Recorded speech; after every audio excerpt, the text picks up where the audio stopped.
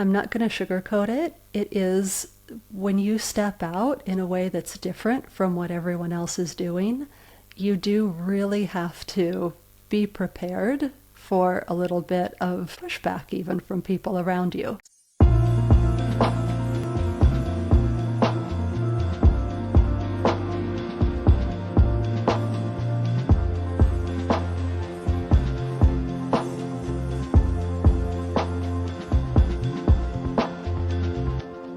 Well, hey, welcome back to the Amanda Kaufman Show. And today I'm joined by Jenna Harrison, who is a top ranked business coach, podcast host, and founder of The Uncommon Way. She's a reformed overworker and she helps women build more freedom, impact, and health in just 3 days per week. She walks her talk, having designed her own 24-hour work week and has moved her family to Spain, where you'll find her hiking up mountaintops with friends or playing on the beach with her 7-year-old son. Well, Jenna, welcome to the show. Hi, everyone. So nice to be here with you. I love it. I was really excited to see you join the roster for the Amanda Kaufman Show because balance is one of the things that throws most new entrepreneurs and coaches way off. So I'm just so curious, what led you to designing the uncommon 3-day work week? It's definitely not something that I went into business to do. So a lot of people purposely, leave corporate so that they can work less and have this wonderful work-life balance. I actually approached it from another way. I just had this deep longing to be an entrepreneur, but I wanted to work nonstop in it. I loved the work so much, and it was hard to tear me away from my computer. In fact, when I had my baby, I was working night times and nap times for 2 years straight. And the only time I took a night off was Friday nights for movie night with my husband because I felt guilty. I was a terrible wife if I didn't at least take some time off for him. Wow. I started my business while I was also like on maternity leave. So I was working maybe a little more than new mothers often do. But I'm just so curious, what was motivating you at that time to prioritize work so much? Like what did you find, I guess, rewarding about working a lot of hours? Yeah, oh my gosh, such a great question because I think that there are surface level answers to that, and then there are also deeper answers to that.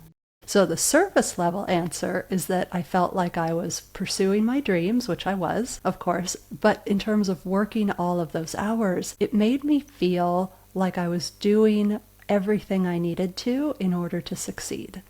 It made me feel powerful. It made me feel like a proper adult. It made me feel accomplished, and it made me feel, most importantly, like I had a better chance of success. Now, I've since revised my thinking about that, but at the time I thought there was a direct relation to how hard I worked with the success that I would see in my business. Love that. So talk to me a little bit about what was your flip point? Like when did you start to challenge those paradigms and start thinking differently about the work week? Yeah, so I actually had a situation where I was forced to work less. The pandemic had started, we had a cross-country move, I was in a hotel room with a 2-year-old for 2 months as we were waiting for the new house to be ready. My husband was in the military, so we didn't have a choice about any of this. And I was working less, and my business actually grew. So you'd think that that would have been the turning point that said, great, I'll just keep doing more of what works.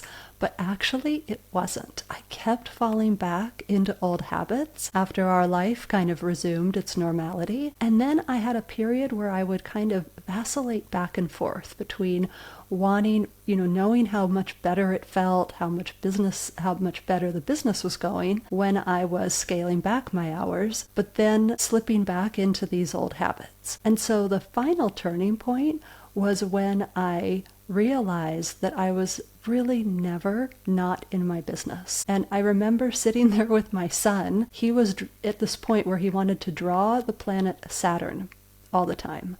And he would draw it over and over again. And I felt like the urge so deeply in my body to get up off the chair and just fold the clothes. And it was painful to me to sit in the chair and just be with him while he drew the planet Saturn over and over again. And I started to realize that probably wouldn't have been the case if I were in a more relaxed state, right? Like somehow I'd noticed that when I had a glass of wine, I just was a better parrot and he and I would get along so well. And I realized that there was something about relaxation that inspired a different outlook on life and a different perspective on what I needed to do. And I started to wonder, would it be possible to rewrite the patterns that had brought me to where I was and start doing something differently? And what I found out is that when I was able to do that, it helped me question everything.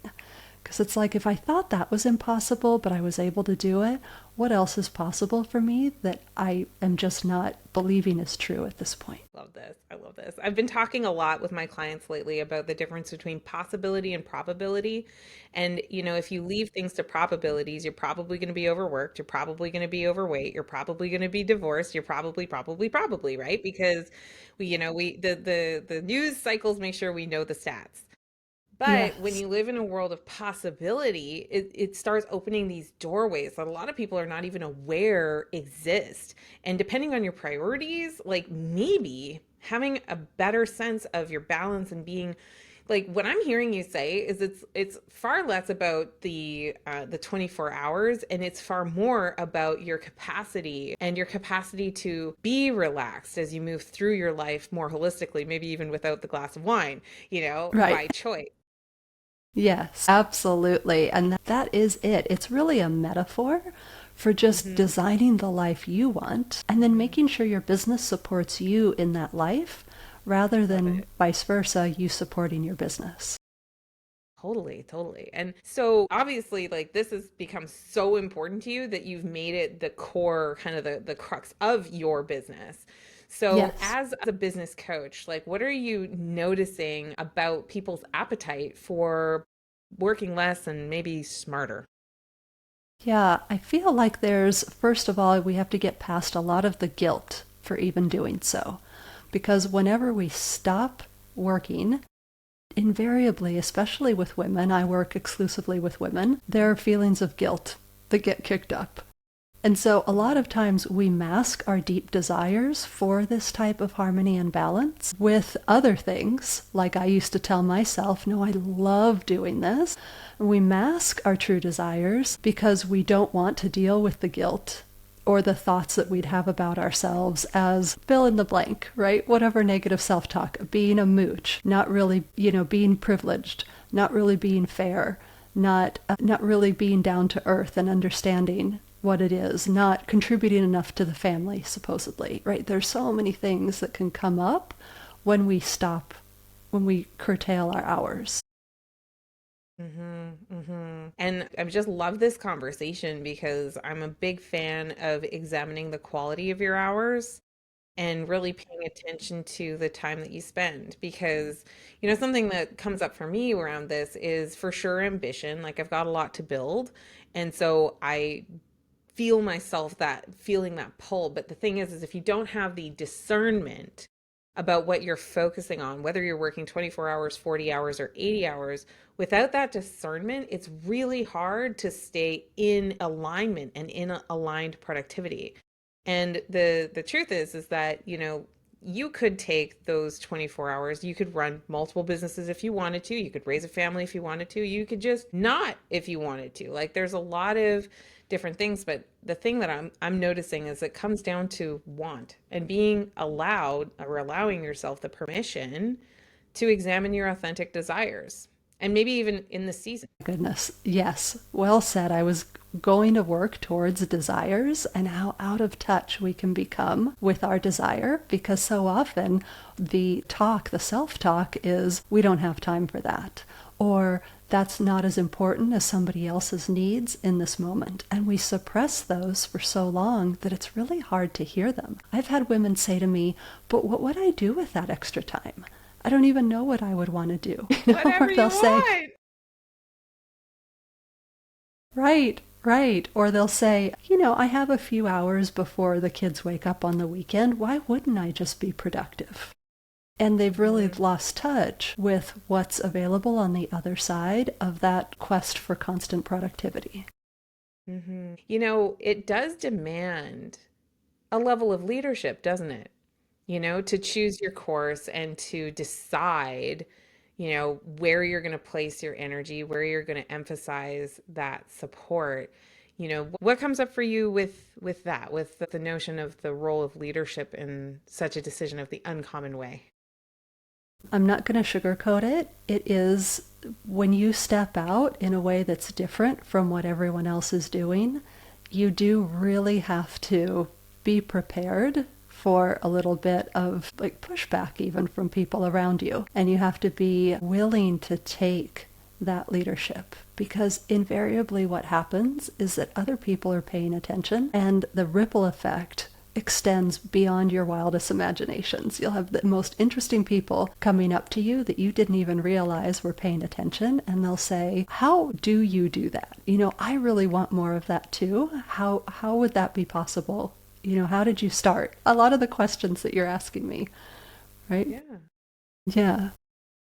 What would you say are the top three things that if somebody wanted to move in this direction, they should keep in mind? Like if they were to really take this on, what are three things they should absolutely keep in mind?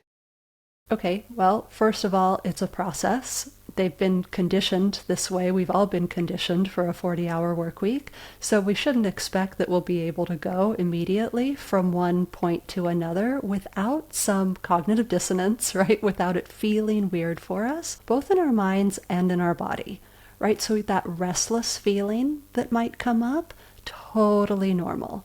Doesn't mean that there's anything wrong. It just means that your body, your nervous system is acclimating to a different baseline, right? It's used to being kind of spun up, and now we're really slowing down and creating a new pace in our life. That's the first thing. The second thing, this is the good news, it's going to blow your mind to see how much constraint actually helps your business and your life. So when you have less time in your business, your creativity skyrockets. You're forced to rethink all of the things that before maybe you had relaxed boundaries. You don't have time for that anymore. You really need to make priorities and, create priorities and make strong decisions, sometimes uncomfortable decisions in your business in order to facilitate this. But it ripples out. All of a sudden you're more direct with your family members and more conscious and caring about how you talk to people and friends and what you're willing to do and not willing to do at your kids' school, what you're willing to do and not willing to do. And so it really does ripple out. I say get ready for a really amazing ripple effect that you probably weren't expecting. And number three is really just to know that everything that you're doing is preparing you for the future. It's just, I shouldn't say, it's bringing your future to you sooner than you would have expected.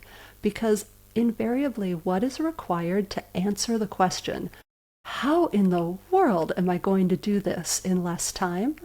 The answer to that is always the mindset jump or the system jump, or there's something that you needed to understand, maybe a tweak in your offers, right, that would have brought you to the next level. And you're just accelerating that process by applying these constraints. I love this. I love this so much. The idea that constraints can actually spark that creativity. I totally believe that, have experienced that as well. And so, Jenna, like if somebody wanted to follow you and hear more about how to live in this way, what would be the best way for them to do that? I have a podcast called The 3-Day Workweek. I'd love for them to come and listen and just give it a try. So good. That's so good. And we'll make sure to have the link to the podcast as well as Jenna's other information like her website and so on in the show notes. Jenna, thank you so much for taking time today, which is clearly very precious, very valuable in the way that you set up your business. Thank you so much for being here. Such a pleasure. Thanks for having me. Amazing. Now, dear listener, if you loved this episode, make sure that you take a few seconds to leave us a review. Jenna worked hard. She's inspired Spain. So she's doing this in her evening to be here for you and showing up with her amazing energy. And of course, if you haven't already subscribed, make sure you do so. And go ahead and forward this episode to 3 of your friends that you know are working so crazy hard and they need to have more constraint and creativity. This is a very kind way to let them know that. All right, y'all. Thank you so much for joining us for the Amanda Kaufman Show, and we will see you in another episode.